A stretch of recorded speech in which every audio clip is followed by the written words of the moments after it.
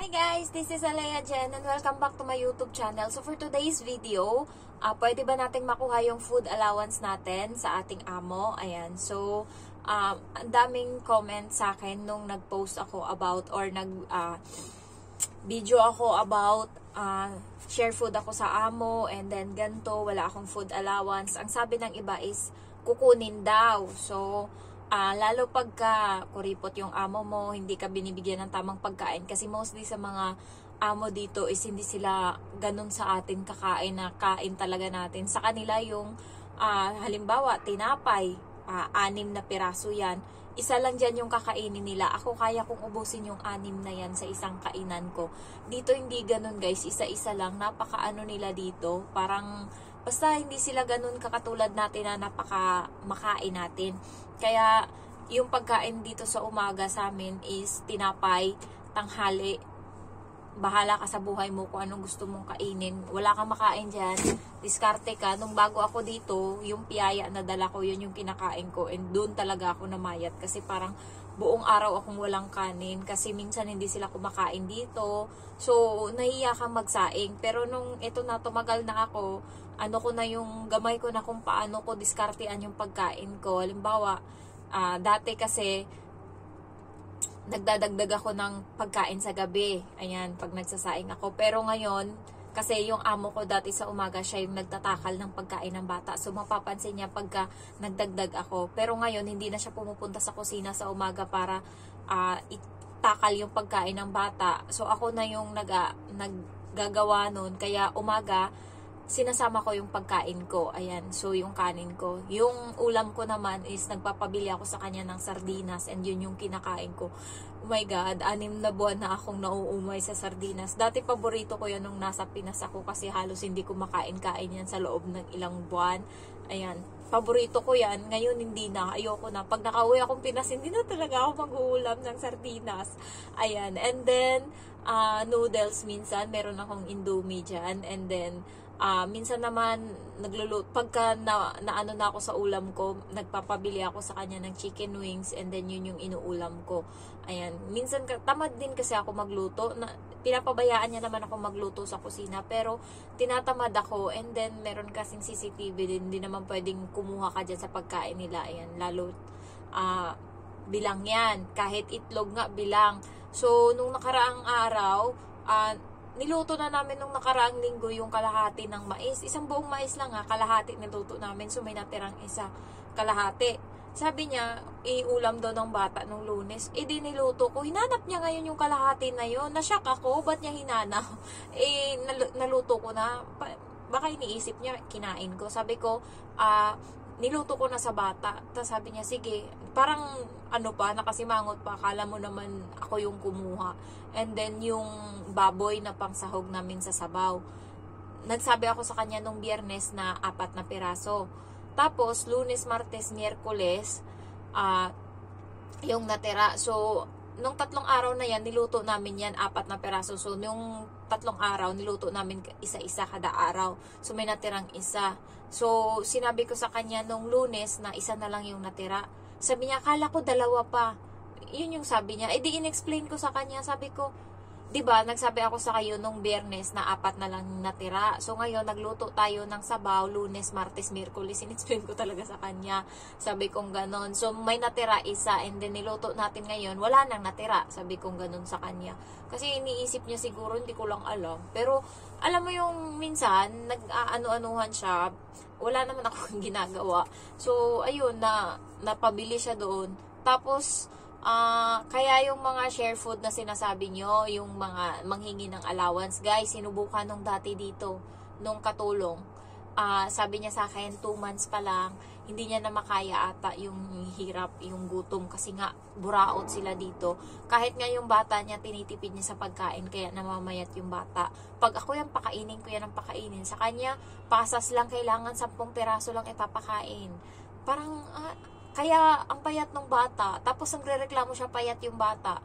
Pag ako, sinusubo ko talaga, kaya ngayon yung bata, grabe na kumain ng kanin, kasi sinasanay ko siyang kumain ng kanin, yun na lang yung lakas mo, kasi wala, buraot yung nanay mo. Ayun, pinapakain ko sa kanya, Ubos yan lahat, pinapaubos ko yan sa kanya. Kaya, nung bago ako dito, hindi niya nga yan maubos-ubos yung kalahati ng kanin. Pero ngayon, nasashock yung amo ko. Ang bilis na kumain ng bata and nauubos niya na talaga. Lalo pag ako, sinusubuan ko yan siya. Dati hindi ko sinusubuan, napapagod ako kakabasa ng libro. Ang tagal kumain. Ngayon, subuan ko, mga 30 minutes ubos na yung kinakain niya. Ayan. So, hindi ko tinry na humingi ng food allowance sa amo ko kasi pag naghingi ka, isa lang tendency niyan, bibigyan ka or iti-terminate ka. Iti-terminate ka kasi ayaw nila magbigay. Nakakatipid sila guys and ayaw nilang mag-ano.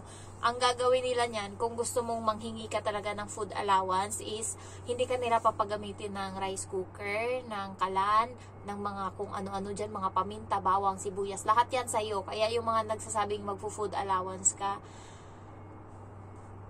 magagalit yung amo mo. Hindi pwedeng i-request mo yan. Nagagalit sila. Try nyo. Kung kayo na nandito, yung mga nagre-request sa akin na hingin ko sa amo ko yung food allowance, try nyo hingin. Tingnan natin kung ibibigay. Ayan. Kaya yung katulong dito is nag-break na lang ng contract kasi pinakitaan na nila ng gaspang ng ugali and then kasi nanghingi siya ng food allowance and hindi siya binigyan. And ang ginawa ng amo, kasi nagiging matigas na din yung katulong, nagluluto na din alas 7 ng umaga. Luluto siya ng pagkain niya, siguro inaano niya na ipabreak siya ng contract ng amo, pero hindi, matigas to, kuripot kasi. Kaya ang ginawa nung katulong, nagluto siya umaga and then alas 11 luto siya and then alas 7 siya nauuna kumain. Pero ang nangyari is siya yung sumuko kasi parang yung bata galit na galit sa kanya and pinapahirapan siya. Ganon yung bata dito guys, yung bata, yung alaga ko. Buti nakuha ko na yung loob nito, kaya mabait na to sa akin, napapasunod ko na. Pero nung bago ako, salbahe to. Grabe yung salbahe nito. Yung iiyak siya ng walang dahilan, tapos sisigawan ka, babasain ka ng shower, lahat-lahat ng katarantaduhan alam nito. Pero nung huli na, siguro nakuha ko na yung loob niya, ayun, bumait na siya sa akin and napapasunod ko na siya sa gusto ko. Pero dati, salbahe talaga. Kaya siguro yun yung hindi natiisan ng katulong din dito. Kasi sabi nung bata, hindi niya nga daw yun gusto yung dating katulong. Kaya feeling ko pinapahirapan niya. Pinapahirapan, ganito siya kapag may mga sisirain siyang gamit and ikaw yung nakabantay. So, ikaw yung masisisi kasi ikaw yung nandyan. Ganon yung ginagawa niya nung bago ako. Buti na lang kamo, din ako. Maingat, at least nakikita ko kung nadidiskartihan ko kung yung mga sisirain niya, inuunahan ko na siya. Ayan. So, hindi ako nanghingi ng food allowance and parang okay naman. Naman, yung prutas ako na lang bumibili sa Park and Shop. Meron silang naka-sale minsan. Doon ako bumibili ng saging na 6 na peraso, $6. So, maganda yung saging sa katawan. Yun, halos linggo-linggo binibili ko. And then, tinapay kasi minsan hindi niya ako binibilhan. So, ako yung bumibili. Ayan. Pero, diskartean nyo na lang guys. And, ayun nga, napapansin na talaga ng amo ko yung pagbablog-vlog ko. Bahala sila dyan. Hindi niya ma-search yung, yung YouTube channel ko. At least, nagdidiskarte. Alam nyo ba, yung sahod ko na dito sa YouTube, lahat-lahat is umabot na siya ng nasa 35,000 na simula nung nag-start ako. And sineryoso ko lang naman tong vlog ko nung nandito na ako sa Hong Kong. So, nasa 35,000 at chinek ko. Na-shock ako. Oh my God. Ang laking bagay na may mga nabibili na ako ng mga appliances dahil sa pag-vlog ko. Ayan. So, ayun guys. Diskarte na lang kayo. Yung mga magfa-flight, magdadala kayo ng mga biscuit kahit ilang pack lang kasi para in case na hindi kayo mabigyan. Ayan. At least meron kayo. And then, dala kayo ng Milo, vitamins, importante yan. And then, yung mga gamot na panglagnat kasi especially winter ngayon, naglabasan na yung mga gamot-gamot ko dito kasi minsan ito sumasakit. Alam ko pag malapit akong lagnatin kasi ito yung sumasakit, parang mabibitak. Ayan, so first time ko nag-vlog ng wala na kasi akong vlog kaya kailangan naubos na. So ayun lang guys, and huwag kayong humingi pero diskartehan nyo. Pero kung gusto nyo na malaman na agad, hingin nyo sila yung food allowance kapag ini-interview pa lang kayo. Pero kasi kapag ini-interview ka pa lang, nagpapa-impress ka kasi kailangan mo ng employer kaysa naman i-reject ka. Kaya umuo ka na lang.